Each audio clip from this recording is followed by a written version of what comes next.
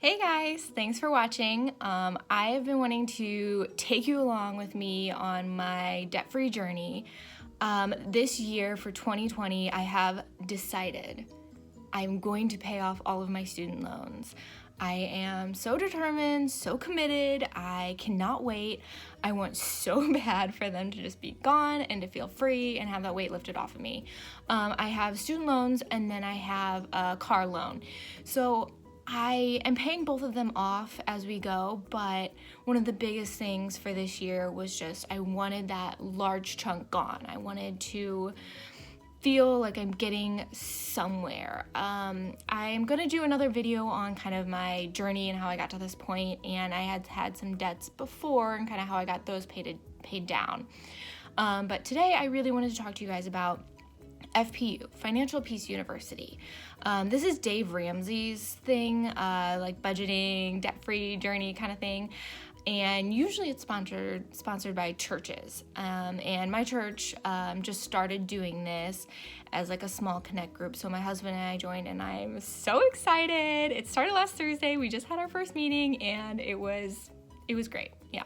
I highly recommend it for anyone that's doing it. It's only been the first one, so we'll see how it goes, but I kind of wanted to do a video on each one and let you guys know what I'm learning, what I thought maybe they could do differently, or kind of just what I'm starting to do based on what they've said. Because I've read his Total Money Makeover book, which if you haven't read that, I highly recommend it. It was so good, so good. And you can get that anywhere, yeah. And he talks about his debt snowball, which is what I have been doing. So I've basically been following his system anyway. I just never actually went through the whole Financial Peace University because it costs money and I was trying to get out of debt and not spend any more money. And so since my church is doing this, I was on board. I wanted to see if I can learn anything else from this that I didn't learn from the Total Money Makeover or researching or just stalking Dave Ramsey on YouTube. So I'll let you guys know what I learn as we go. And so this first meeting was just this past week, and it talks about one of the biggest things was baby step 1. He kind of gives an introduction of the course. He talks about all of his different baby steps, and baby step 1 is to save $1,000 as an emergency fund. He talked about how when you're going through debt-free journey, you're trying to throw all of your money toward debt, which is great, but something always comes up. I mean, let's face it, life happens, things happen, and it's horrible and it sucks, and you want to make sure that you have money for when that does happen. When a tire blows out and you need to purchase a new one, or just this past year, my husband had to have emergency gallbladder removal surgery. Who would have seen that coming? No one, not us, we didn't. So we wanted to make sure that we were prepared for those kinds of things. And so he talks about that, and it's very smart. I highly recommend that everyone has an emergency savings, different from your regular savings. This needs to be just for emergencies, things that you cannot budget for. The next thing he talks about is, what did he talk about? Basically he talks about how the budget gives you freedom, which makes sense. Most people talk about how they don't like budgeting. They think it's boring. They feel restricted, seeing all that money and seeing all the bills, I guess, that they owe. And he talks about the opposite way, and I actually agree with him. I view it in the opposite way. I don't think it's restricting. I feel freedom when I budget. I feel like I can see, these are all of the bills I have to pay. And once that money's gone and I can see that's set aside, what do I have left to spend? Where do I want to put that money? Do I want half of that to go to savings, which is paying myself? Or do I want to give myself a shopping category where I can just go crazy and go shopping? So, it tells me what I owe, and then whatever's left is mine. I can budget for whatever I want. Coffee, shopping, saving for travel. It can be whatever. So it shouldn't feel limiting or restrictive. It should feel enlightening and like freedom. The next thing he talks about, along with the budget, is who you are. So if you're married, he says there's usually 2 types of people. There's the nerd, and then there's the free spirit. So let's face it, opposites attract. And that's usually true. My husband and I were really kind of unique. He is a little bit more the free spirit, but barely. We are both pretty much nerds and free spirit in very different ways. So it worked out for us. It was a lot easier. But basically the nerd, which is definitely me, is the person that likes to create the budget, has a spreadsheet, writes it all down, likes to be on time, is very punctual, usually the stick in the mud, kind of, yeah. I love to write the budget. I don't love to follow it as much as I like to write it. Whereas the free spirit is usually kind of go with the flow, usually the spender, usually just likes to do whatever. They don't have to be exactly on time to anything. They don't care. So just the free spirit. So he talks about identifying who you are, and then from there you can figure out what your strength is and what your weakness is, and then you can figure out what that is for the other person. And then that leads into the budget committee meeting. He talks about how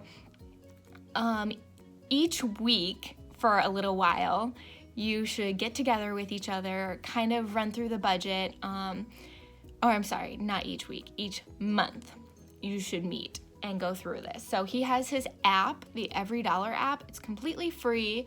It's zero-based budgeting, which means at the end of the month there should be $0 left. Not that you've spent it all, but everything had a budget line item. So, $50 went to savings, $20 went to gas, he has a line item for everything. So by the time you put your paycheck in there, it says 0 at the end of the month because it's gone where it needs to go. Every dollar had a job and it did it. So he talks about having this budget committee meeting. He says he wants the nerd to write up the budget since they love it, they enjoy it, make every line item for things that you pay, whatever you owe, however much you guys get paid. If you have to go through your bank account, figure it out, it takes time to do all of this. So he said have the nerd make it, and then you sit down with the free spirit, and the free spirit has to come to the budget committee meeting because it has to be both of you doing this together or it's just never gonna work. Never. So he says to sit down, show them the budget, and don't say anything. The nerd just gives it to the free spirit, and they took over from there. So he talks about how the free spirit should change something on the budget. Because if they don't change anything, they're not going to feel like they're a part of it, and it's not going to mean as much to them. They're just going along with whatever you say, and that's actually something he said, is you're not allowed to say, it's fine, whatever you want, whatever it says.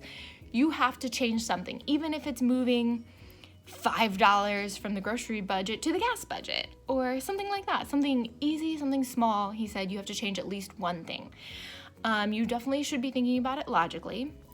If you spend $300 in groceries every month, you can't just say, oh, I want more spending money, so I want the grocery budget to be less so that I can have more money. That doesn't really make sense. And that's something you guys need to talk about. So if money's been kind of a heated topic in your marriage or relationship or whatever, I definitely recommend going out to eat or to a coffee shop or something to have this conversation. It usually forces you to be more respectful to each other. You're not going to be hopefully crying because you're stressed about this. You're just in a public place, so it forces you to talk about it calmly, lay out the facts, basically just do it together instead of feeling like you're attacking each other or not agreeing. Just make sure that you guys you're really doing it together as a couple and you're agreeing on things. And then give yourself time. This takes usually about 3 months before you actually start to get it right. And if I'm being completely honest, I feel like it took my husband and me almost a whole year before we were we got this. It took a long time because things kept changing, and then he had that surgery, so then we used our emergency fund and still needed a little bit from everything else. It was just a lot, and it's hard. But if you're consistent, we've got it to the point where we're oh yeah, that's easy, we'll change that, we'll just adjust it from here. and it becomes like second nature. So I definitely recommend just giving yourself time, giving yourself grace. And then the last thing he talks about is cash. He says that you should use the cash envelope system because there's that connect of trading something. You're doing a trade. You're giving $20 for that food or for those clothes. You are doing an exchange. And when you do that, it's a little bit harder, or you at least think about it more. Because I've even done this before in my life. I've gone shopping, and when I was doing this, I was trying to be really strict with money and all this stuff, and I had done it really well for a little while, and I was like, I've been doing really well. I'm gonna reward myself. I wanna go shopping. And then when you get there, I'm holding these items, and I'm like, this is $10, and here's my $10 bill.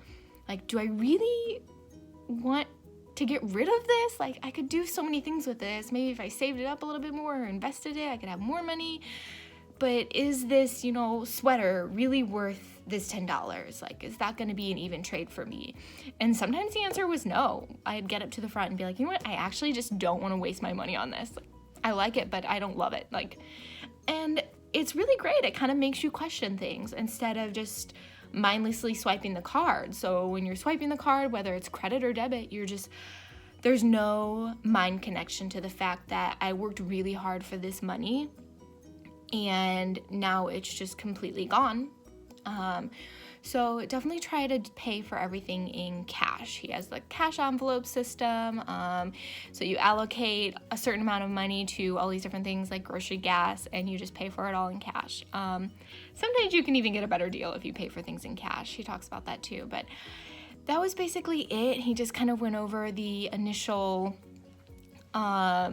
baby step 1. I'm really looking forward to next week. I'm so excited. I really hope that I can learn a whole lot and really start applying it this year, because like I said, I want so bad to pay off my student loans this year. That is like goal number 1. I'm going to take you guys along with me, and I'm hoping maybe you guys can even give me some tips on some things.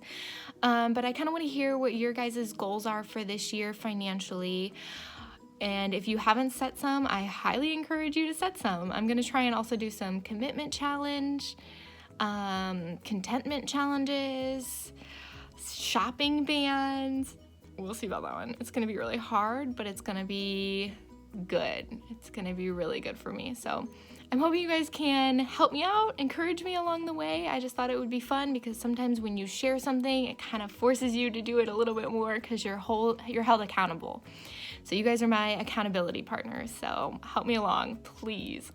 But again, thank you guys so much for watching. Leave a comment down below, and have a great day.